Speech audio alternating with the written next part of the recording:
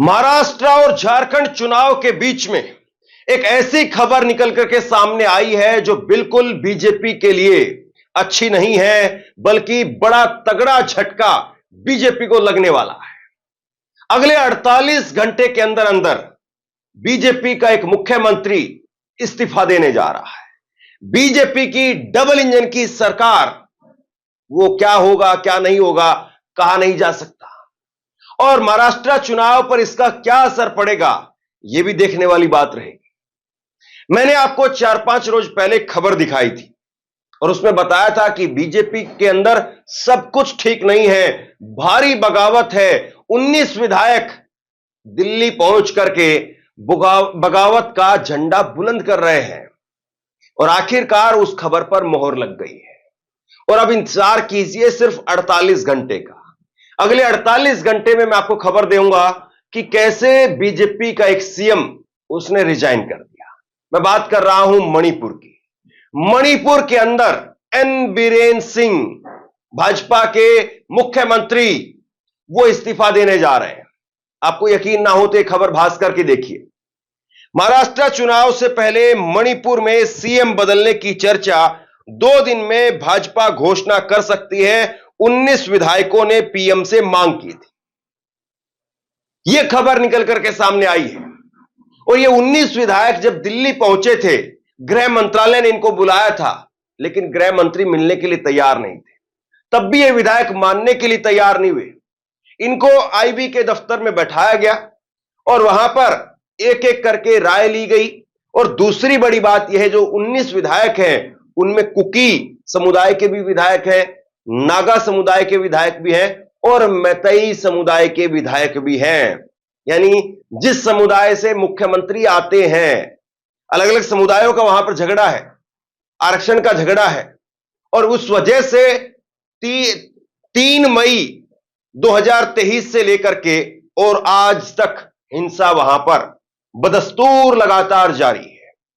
और इसको लेकर के देखिए आप, पापा ने वार रुपा वाले कुछ नहीं कर पाए, कुछ नहीं कर पाए। मैं इसलिए कह रहा हूं क्योंकि आज तक मोदी जी एक बार भी वहां पर गए नहीं। लेकिन अब खबर बीजेपी के लिए अच्छी नहीं है। वर्तमान मुख्यमंत्री एन बीरेन सिंह को लेकर के मैतेई विधायक 2 खेमों में बंट गए हैं। हाल में 19 भाजपा विधायकों ने प्रधानमंत्री नरेंद्र मोदी को चिट्ठी लिखी थी। उसी के बाद में इंफाल से लेकर के दिल्ली तक कार्रवाई शुरू हो चुकी है। राज्य में भाजपा के 32 विधायक हैं। इन्हीं में से 19 केंद्रीय नेतृत्व को स्पष्ट कर चुके हैं कि बीरेन सिंह को हटाए बिना शांति नहीं आ सकती है। पार्टी नेतृत्व ने इसे गंभीरता से लिया है और बीरेन सिंह और भाजपा प्रदेश अध्यक्ष शारदा देवी को बुलाया है। दोनों अभी दिल्ली में है। अगले 2-3 दिन में फैसला हो सकता है। अब जरा थोड़ा सा और खबर को मैं खोल करके समझाता हूं। जब ये 19 विधायक आए थे दिल्ली के अंदर, गृह मंत्रालय ने यानी अमित शाह ने इनको बुलाया था। और गृह मंत्रालय के तौर पर भी आप समझिए, केवल अमित शाह भाजपा के नेता के तौर पर उनको नहीं बुलाया था। उनको गृह मंत्रालय के तौर पर इसलिए बुलाया कि एक राज्य लगातार डिस्टर्ब है। 1.5 साल से ज्यादा का वक्त हो गया, 17 महीने का वक्त हो गया है। और इसलिए कैसे हो, किस तरीके से हो, हालांकि ये चीजें तो तभी हो जानी चाहिए थी।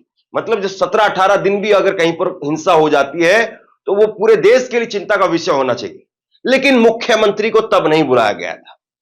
जब 19 विधायकों को बुलाया गया तो मुख्यमंत्री को तब नहीं बुलाया गया। अब जरा इसी बात से आप अंदाजा लगाइए कि भाजपा के विधायक अपने मुख्यमंत्री का चेहरा देखना तक पसंद नहीं कर रहे, उनके साथ में चलना उठना बैठना, इस बात को भी वो पसंद नहीं कर रहे। तो सोचिए कि राज्य में हालात कैसे होंगे। और दूसरी बड़ी बात यह है कि अब 4 बड़े नाम सामने आ रहे हैं जिनको मुख्यमंत्री की रेस में माना जा रहा है। अगले सीएम के लिए 4 नामों पर चर्चा हो रही है। इनमें विधानसभा अध्यक्ष सत्यव्रत सिंह का नाम सबसे ऊपर है। पीएम को 6 पेज की जो चिट्ठी लिखी गई, उनमें विधानसभा अध्यक्ष सत्यव्रत के हस्ताक्षर सबसे ऊपर हैं। इन पर सभी 19 विधायक राजी हुए हैं। तो कुल मिलाकर के अब यह है कि पूरी पटकथा तैयार हो गई है और भाजपा जो है वो अब मुख्यमंत्री बदलना जा रही। इससे पहले भी जो है वो एन बीरेन सिंह ने अपने इस्तीफे को लेकर के कई बार ड्रामे किए। और ड्रामे शब्द मैं इसलिए इस्तेमाल कर रहा हूं क्योंकि वो इस्तीफा लेकर के निकले, अपने घर से दरवाजे तक सिर्फ पहुंच पाए, फिर अपने समर्थकों को बुला लिया, समर्थक वहां पर इकट्ठा हो गए, इस्तीफा उन्होंने अपने हाथ में ले लिया, समर्थकों ने फाड़ दिया इस्तीफा और कहा कि नहीं, आप ही हमारे मुख्यमंत्री रहेंगे। यह घटना तब हुई थी जब मणिपुर के अंदर एक ऐसी वीडियो सामने आई जिसने पूरे देश को, पूरी दुनिया को झकझोर दिया कि भारत, जो कि दुनिया का सबसे बड़ा लोकतांत्रिक देश है, और वहां पर दो महिलाओं की नग्न करके परेड कराई गई, उनके प्राइवेट पार्ट पर हाथ डाले गए। तब जाकर के जो है वो एन बीरेन सिंह थोड़ा सा हिले वहां से, और उन्होंने महिला समर्थकों को बुला लिया। लेकिन उन्होंने कहा, महिला समर्थकों के जरिए कहलवाया गया कि नहीं नहीं, हम तो इन्हीं को चाहते हैं। तो कुल मिलाकर के आज स्थिति यह है कि एन बीरेन सिंह वो अपने आप में अपनी कुर्सी को बचाने में चारों तरफ से विफल हो गए हैं। मैं वहां के उन शिविरों का दौरा मैंने किया है, उनके हालात मैंने आपको दिखाए हैं कि किस तरीके से वहां पर लोग रह रहे हैं। मणिपुर के अंदर कुकी समुदाय के जो शिविर हैं, वहां पर किस तरह के हालात हैं, और दो खेमों के अंदर पूरा राज्य बट गया। कुकी का जो है वो अलग खेमा है, मैतई का अलग खेमा है, कुछ हिस्से हैं जहां पर थोड़ी बहुत आपको मिश्रित आबादी मिल जाएगी, और वो भी धीरे धीरे अब बाद में हुए हैं। जब पहले हिंसा फैली उस वक्त में हालात ये थे कि राज्यपाल के जो बॉडीगार्ड होते हैं, अंगरक्षक होते हैं, उसमें भी अगर वो मैतई समुदाय के इलाके में जा रहे हैं तो कुकी समुदाय का कोई बॉडीगार्ड राज्यपाल के साथ में या गवर्नर के साथ में, राज्यपाल या मुख्यमंत्री के अंगरक्षकों में भी मैतई समुदाय के दौरे पर कुकी समुदाय का कोई अंगरक्षक भी नहीं हो सकता था, कोई पुलिस वाला भी नहीं हो सकता था। इस तरह के हालात बन गए थे। और जब वो कुकी समुदाय के बीच में जाते थे तो फिर इसी प्रकार से होता था। मतलब गाड़ी का जो ड्राइवर है, अगर वो कुकी समुदाय से है तो मैतई समुदाय के इलाके में गाड़ी लेकर के भी नहीं जा सकता, टैक्सी ड्राइवर भी नहीं जा सकता। ये हालात है। और सोचिए, ऐसे हालात वहां पर 3 मई 2023 से बने हुए, लेकिन मोदी जी आज तक वहां जाने की हिम्मत नहीं जुटा पाए। कई देशों की यात्रा वो कर चुके हैं, तब से लेकर के अब तक दर्जन भर देशों की यात्रा पर वो जा चुके हैं, दर्जन भर देशों की यात्रा पर जाकर के ढोल पिटवा चुके हैं। अभी भी वो एक विदेश यात्रा पर है और वहां से बड़े शानदार शानदार जो है वीडियो भेज रहे हैं या वो ट्विटर पर लगाए जा रहे हैं। खबरों में चर्चा में है कि मोदी जी का भजन गा करके स्वागत किया गया महिलाओं के द्वारा, बड़ा जो है वो घंटी बजा करके स्वागत किया गया है। अपने देश में क्यों नहीं? अपने देश के लोगों की घंटी कौन सुनेगा? वो लगातार घंटी, ताली थाली सब बजा चुके हैं। राहुल गांधी वहां पर 3 बार जा चुके हैं। 3 बार राहुल गांधी ने उस इलाके का दौरा किया और उसमें हर इलाके में, हर तबके में, मैतई, कुकी और अलग अलग समुदाय के इलाकों में राहुल गांधी ने जाने की कोशिश की।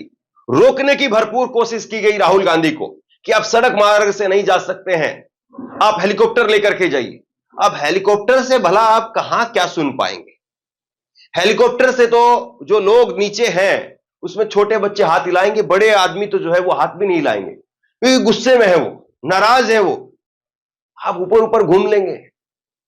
ये जो नौटंकी है कि ऊपर ऊपर घूम करके हमने सर्वे कर लिया, ये नौटंकी से आप लोगों के दुख दर्द तक नहीं पहुंच सकते हैं। और इसीलिए राहुल गांधी विरोध के बाद में भी नीचे गए समुदाय के लोगों से मिले, उस विरोध को भी झेलना पड़ा। कई सारी महिलाओं ने, कई संगठनों ने राहुल गांधी का स्वागत किया, इस्तकबाल किया। कुछ जगह पर भाजपा के लोगों ने उनका विरोध करने का भी कोशिश की, लेकिन यही एक नेता का काम है। केवल ताली बजे जहां पर, वही नेता थोड़ी ना जाना चाहिए। जहां पर गाली मिले वहां पर भी जाइए और वहां पर ताली बजवा करके आइए, तभी तो माना जाएगा कि हां वाकई आप तो पापा वार रुकवादी वाले हैं, या फिर सिर्फ और सिर्फ जो है वो एडवर्टाइजमेंट वाले हैं। मणिपुर में अभी तक 50,000 से ज्यादा लोग विस्थापित हो चुके हैं, सैकड़ों घरों को आग लगाई जा चुकी है। मणिपुर में ऐसे ऐसे हालात बने कि वहां पर सेना में काम करने वाले जो पूर्व सैनिक हैं, उनकी पत्नियों के साथ में भी दुराचार किया गया और वो रोक नहीं पाए। अपनी आंखों के सामने उन्होंने ऐसा होता हुआ देखा। और ये सारी बातें मैं नहीं कह रहा हूं, सुप्रीम कोर्ट और अलग अलग जगह तक उन्होंने खुद आकर के इन बातों को कहा है। एक ऐसा दंश बन गया है, मतलब हम लोगों ने 1984 नहीं देखा, यह बिल्कुल सही बात है। बहुत सारे लोगों ने नहीं देखा होगा 1984 के समय पर। बहुत सारे लोग इस देश में आज जो है वो उस वक्त में उतने जवान नहीं होंगे या उतनी समझ नहीं होगी। हमने इमरजेंसी का दौर भी नहीं देखा। 1975 में इंदिरा गांधी ने जो किया हमने वो भी नहीं देखा। लेकिन आज जो कुछ हो रहा है उसको तो कम से कम हम देख रहे हैं, और उसको देख करके भी हम चुप्पी साध लें, उसको देख करके भी हम ये कह दें कि नहीं भाई ठीक है, कांग्रेस ने तो इमरजेंसी लगाई थी, उससे तो ठीक है। इमरजेंसी से भी बुरे हालात हैं। इमरजेंसी में कम से कम किसी को यूं कत्लेआम नहीं किया जा रहा था।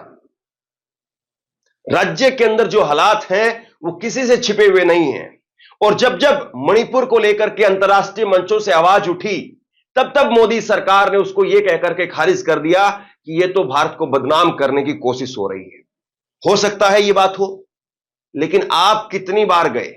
मुझे याद आता है पूरे विपक्ष को इकट्ठा होकर के अविश्वास प्रस्ताव लाना पड़ा कि मणिपुर पर मोदी बोले। अविश्वास प्रस्ताव विपक्ष लेकर के आया। यह 2024 के लोकसभा चुनाव से पहले की बात है। लेकिन मोदी जी खड़े होकर के अपना भाषण जब उन्होंने शुरू किया तो करीब घंटा भर बीत गया, 1 घंटा भर बीत गया, और लगे रही अपने वाहवाही के अंदर। पूरे विपक्ष ने वॉकआउट कर दिया, वहां से बॉयकॉट कर दिया नरेंद्र मोदी के भाषण का। तब जाकर के उनकी चीख, उनकी आवाज जो है वो मणिपुर पर सुनाई देने लगी। और जब फिर संसद का सत्र शुरू हुआ था, जिस वक्त में नगन करके महिलाओं की परेड कराई गई थी, उस वक्त में नरेंद्र मोदी जी ने संसद, क्योंकि वो संसद का सत्र शुरू होना था, उससे 2 दिन पहले, 1 दिन पहले वो उसी रात वो जो है वो वीडियो सामने आया था। कल जो है सुबह संसद का सत्र शुरू होना है और देर रात को जो है वो वीडियो आ गया था। और जैसे ही वो वीडियो आया, भयानक तरीके से वीडियो वायरल हो गया। सुबह सुबह पता है क्या हुआ? मोदी जी के बोलने से पहले सीजीआई चंद्रचूड़ ने सुप्रीम कोर्ट के अंदर इसका संज्ञान लिया, और उसके बाद में मोदी जी की मजबूरी हो गई कि उनको इस मुद्दे पर बोलना पड़ा।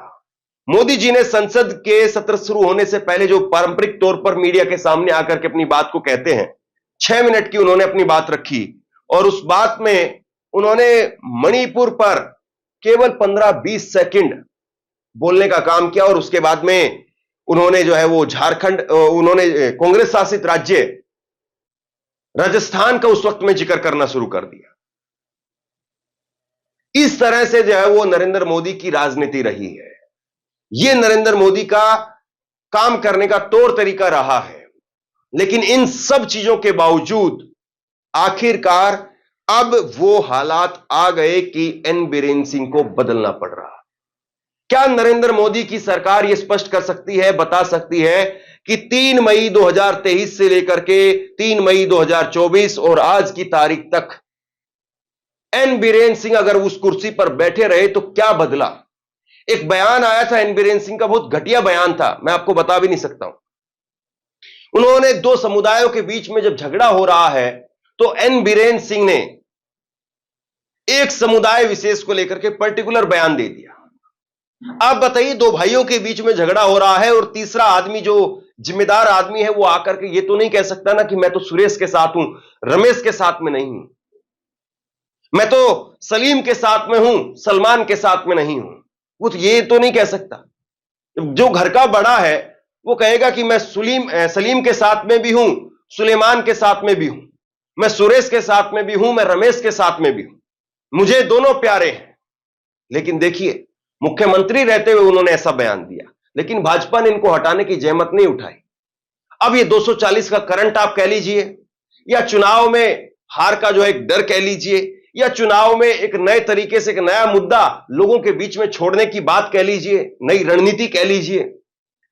क्या झारखंड के लोग, महाराष्ट्र के लोग इस बात को समझेंगे कि बीजेपी एक राज्य में किस तरीके से हिंसा होती रही? और महाराष्ट्र के लातूर में भी इसी प्रकार से मोदी सरकार, ये बीजेपी सरकार जो गठबंधन की सरकार चल रही है, इसी सरकार के दौरान कई बार महाराष्ट्र के लातूर में भी हिंसा हुई है। वहां पर भी आगजनी, इंटरनेट बंद करना, वो सब कुछ हुआ है। और झारखंड में तो मुख्यमंत्री को उठा करके जेल के अंदर डाल दिया गया। तो क्या बीजेपी की जो रणनीति है वो कामयाब हो पाएगी, या मजबूरी में ही सही मोदी को एक फैसला लेना पड़ रहा है? उम्मीद करते हैं कि जो कुछ हो वो मणिपुर के लिए अच्छा हो, मणिपुर में जल्द से जल्द शांति की बहाली हो। बाकी आप लोग बताइए, आप क्या सोचते हैं? नीचे कमेंट बॉक्स में अपनी राय लिख करके जरूर बताइए। इस वीडियो को शेयर कीजिए, लोगों तक पहुंचाइए, और इसी तरह की तमाम खबरों के लिए ऑनलाइन न्यूज इंडिया को सब्सक्राइब कीजिए। आपका बहुत बहुत धन्यवाद।